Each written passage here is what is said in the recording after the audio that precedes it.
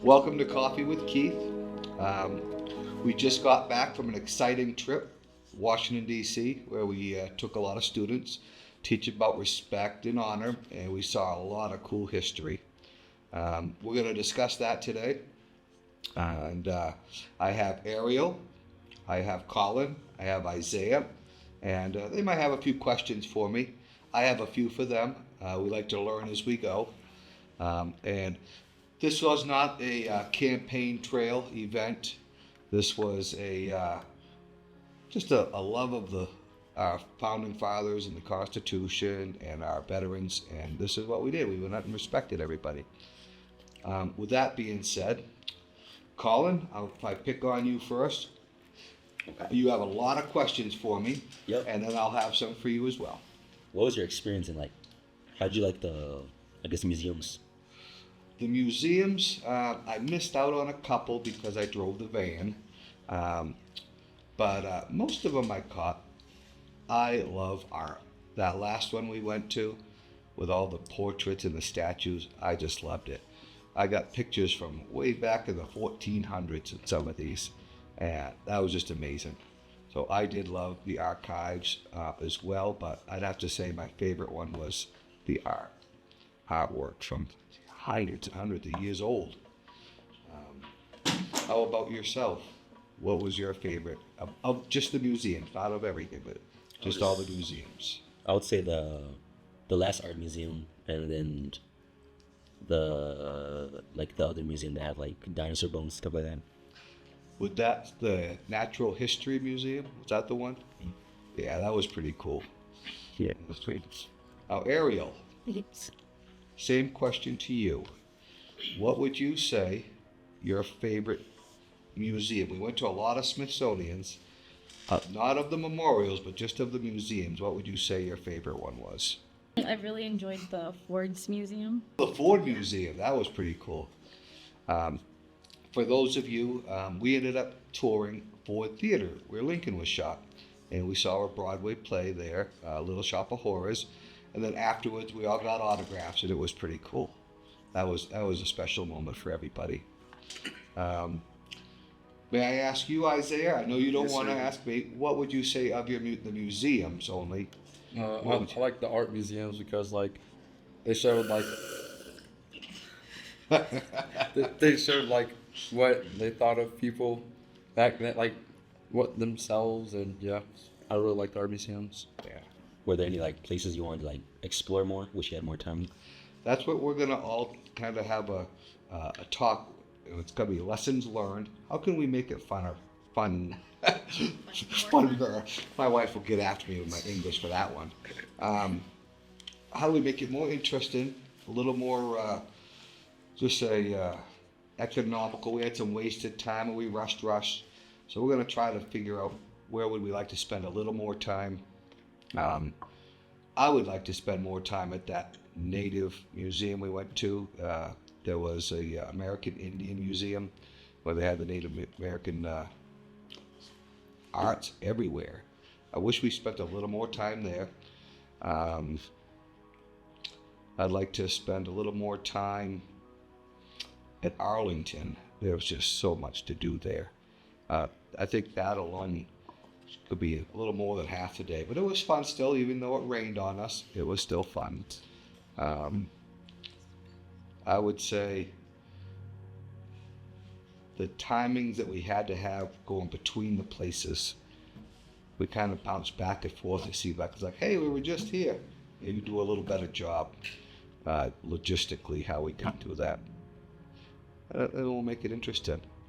Now, next year, I think this year we did the World War II Museum. You guys saw a lot of the statues, you saw the memorials, and you also did something that a lot of people don't get a chance to do, and that was the Holocaust Museum, which is also part of the World War II Museum. I mean, it's not in the same museum, but there's different events. We all know what happened in that period. Next year, I'm not positive, but I think they might be working on a World War II trip to Europe next year. Not positive, there's some talks about that. And it's important to know those things. It just helps us respect our veterans a little more. My favorite thing, one of you asked, maybe it could have been, was it Cody, Cleveland? One of them couldn't make it today. My favorite thing was when we were at Arlington in those honor flight, they were wheeling in those veterans. That gave me chills. That was pretty cool. That was probably I base my things on how things make you feel, and that really touched me. So that's how I decided that would be my most special point, is watching them come in. Would you guys want to say, I wouldn't want to do anything? Is there something you wouldn't want to do, like, of those things that we toured, like, I don't care for this, I didn't care for that? Mount Vernon or the Arlington, what would you take away if you wanted to add something else? And I'll tell you what I would take away. I would take away the fall game and do it. I'd put the ball game maybe in Baltimore, because I don't know, for me it was so stressful trying to make sure kids stayed together and on the train, and 100 people coming out at once, and oh Lord, from somebody trying to watch over children, that gave me a lot of stress. Where I've been to Baltimore before, out their ballpark, it's so much easier in and out. We take the vans to Baltimore. That would be my suggestion. But is there something you'd want to take away from what we did? A different eating place or something? I would take away the primos and the scavenger hunt we had at the art museum. Okay. No scavenger hunt, no primos. I've had a lot of people say that about the primos. No primos. Primo wasn't the best, but yeah.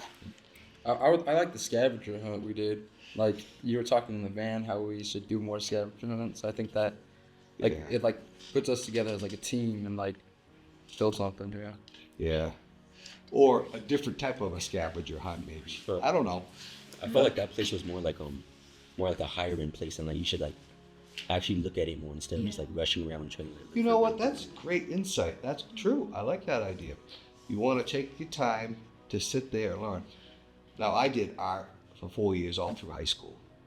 I did art classes, art club for 4 years. I even took private lessons, and I learned from paintbrush, from acrylics to oils, and that's what I like. What you said, take my time. But the problem was, they wouldn't even let you get close enough. Yeah. Oh, you gotta stay back. I'm like, but I want to see. So, but yeah, you are right. That's very insightful. More time to just enjoy. You don't have to participate in the scavenger hunt, and just take the time to enjoy it. I like that idea. So, was that your first time in a big city like DC, or you guys ever go to New York, or think? Yeah, your first time. Yeah. First time in a subway too. Yeah. It can be pretty scary, but we all survived it. Yes. One of the things about DC we went to was the Constitution. And we went to the archives. And we went to Mount Vernon. All of those things should play part in our leadership. And I speak on the campaign trail a lot about young leaders. And our founding fathers, they're just a little bit older than you guys. In their young 20s. They're not much older when you do. And Jefferson might have been the oldest, 133, something like that. I can't remember, but you guys look up your phones. Look those things up.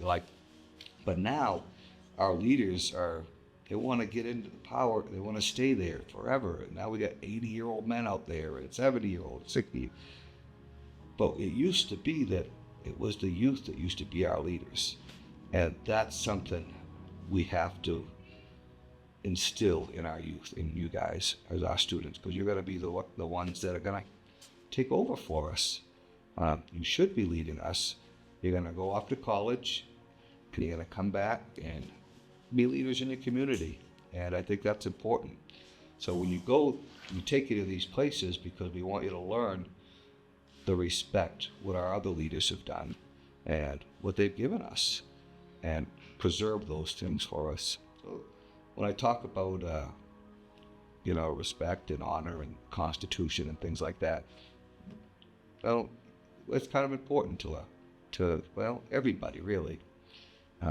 Those are the things that we like to bring back. And whether you're a leader on the reservation or for a whole state or a community, it doesn't matter. But you take all those things, you don't ever forget where you came from, bring it back to your community. You guys have seen some of the videos out there. I did a little video real quick in a response to something that came up when we were in Arlington. I don't know if some of you stood behind, but I did a quick little video. And it had to do with military service, people that served. And one of them was my opponent was attacking me about me serving. Was I a veteran? Okay, so I did a quick video from Arlington to address him and the rest of the constituents. Unless you do your history and you understand and know these things, no one's ever gonna know. But people that are in the National Guards and the reservists, they can serve their community, they serve the military, but sometimes you're not called a veteran, sometimes you are. You could be deployed, you have to serve so many hours of active duty. And if you don't get called to deploy, you just do 2 weeks a year and your weekend drills and stuff. You're always on the ready. You're always ready to go for that call. Well, they don't give you the veteran status if you don't do that. And that's what I was a reservist. So if you talk to another veteran, you would say, no, I'm not a veteran because they would understand. But they'll still call you, you're a veteran because you served. But the definition is, well, you're not a veteran according to the military unless you've been deployed or you have a certain number of hours of active service. So it can be confusing, but so I wanted to address that. That's why I did that quick little video over there with Jeff Kingsgrave. So it's just kind of coincidental. I happen to be right there and he's out there attacking me on the campaign trail. It was shameful. I could tell you, myself growing up is not a whole lot different than some of the people in this room, but I'll be happy to tell you how I grew up, and I've done it in the past. I grew up in a broken home. Parents divorced. Spent a lot of time with aunts and uncles, different drug rehab centers, alcohol centers, things like that, mental health institutes. So I was always not always, but bounced around a lot. Sometimes I didn't know where I was going to spend that night. So education isn't always the focus. It's more or less, it's survival mode. Where am I going to be? And that night, sometimes I'd have to finish off a school year at a stranger's house or a friend's house or something. So it was a rough upbringing. As far as what these kids have a lot of the same opportunities, if not more than what we had. We tried to make that happen. You just have to be willing to take those opportunities. Yeah, so what's the biggest thing for you guys that you think that you need in like schools, jobs? What are some like stuff that you think, oh yeah, those are essential? I think books, The books, but not just like those, like, you know, like the Aeneid, the Odyssey, like the classics, I guess. yeah, I understand what you're saying. We did have a lot of books that we were required to read. I do know back when I was young, some of those books not allowed anymore. Why? I don't know. Well, actually, I do know, but that's politics. Get involved. Certain things, they don't want certain books to be read. Some of that is when you try to take away history. You don't want kids to learn a certain past or certain, but you always just keep searching for the truth on your own. But yeah, you can never get enough reading a lot of those books. Well, I think that's going to end up concluding it for today. Today's focus was really on our DC trip and respect and World War II and our vets. It's Memorial Day coming up, and these kids learned a lot. I want to thank you all for joining Coffee with Keys. I appreciate it. But next time, if you want to, you're always welcome, and think of 1,000 questions. Even if you can't make it, you can give it to me and we'll have somebody else read out the question. Yes, sir. All right, guys. Well, that's a wrap. Thank you, buddies.